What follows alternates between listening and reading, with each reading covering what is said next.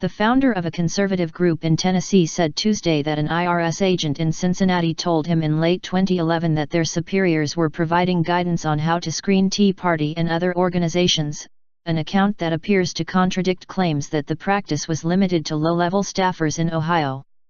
Kevin Kookogey, who launched Linchpins of Liberty in early 2011 and is still awaiting IRS approval for tax-exempt status, told FoxNews.com he doesn't buy the explanation that the program was limited to a few rogue agents. Based on his conversation with the Ohio employee, Kookogey said the Cincinnati office was clearly awaiting instructions from outside. His account is among several that challenge the agency's initial narrative that this was the ill-advised work of low-level staffers.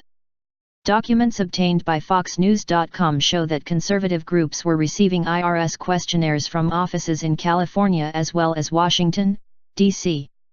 A timeline released by Senior Orrin Hatch, R. Utah, also claimed that Washington officials were apprised of the program as early as 2010.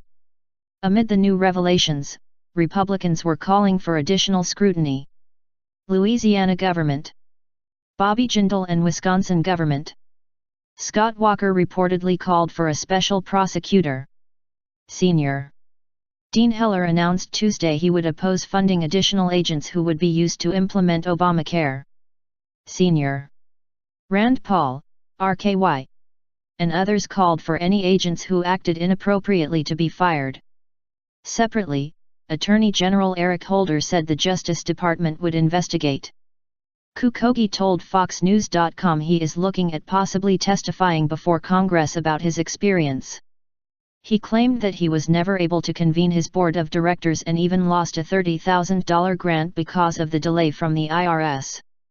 He did not provide the name of the group that apparently offered the grant, though the organization currently representing Kookogey supported his story. Kookogey recalled that he finally reached an IRS agent working his case in the Cincinnati office, on December 30, 2011. I had been calling and calling and calling. I said, "Why in the world is this taking so long?" he said. Kookogey said he was told, "We have been waiting on guidance from our superiors as to your and similar organizations." Kookogey pointed out that his organization is not a Tea Party group and does not have Tea Party in its name, but was singled out anyway. That suggests to me only one thing. I'm being targeted because of the content of the speech, he said. This is a direct attack against the content of the speech. Kookogey is an entertainment lawyer living near Nashville who teaches on the side voluntarily. He mentors high school and college students, and teaches civics and economic subjects to homeschoolers. He was hoping to turn the Linchpins of Liberty group into a more full-time teaching effort, backed up by funding from donors. He said he would be teaching political philosophy and other subjects that trend conservative, like the principles of economists Milton Friedman and Adam Smith. Kookogey is represented by the American Center for Law and Justice, which is representing 26 other groups who petitioned the IRS and received additional scrutiny. Jay Sekulow, chief counsel with the ACLJ, told FoxNews.com that the claim this was limited to an Ohio office was incorrect as a matter of fact.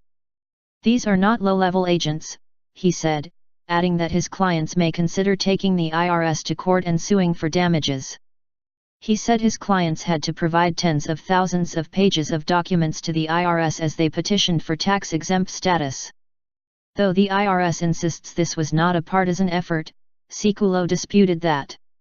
They didn't go after the progressive organizations, he said. He suggested the swift formation of Tea Party groups several years ago was getting somebody very nervous. IRS Acting Commissioner Stephen Miller defended the agency on Tuesday, writing in USA Today that mistakes were made, but they were in no way due to any political or partisan motivation. He explained that the program was started after agents saw a sharp increase in applications. There was a shortcut taken in our processes to determine which groups needed additional review. The mistakes we made were due to the absence of a sufficient process for working the increase in cases and a lack of sensitivity to the implications of some of the decisions that were made, he wrote. We fixed the situation last year, and have made significant progress in moving the centralized cases through our system.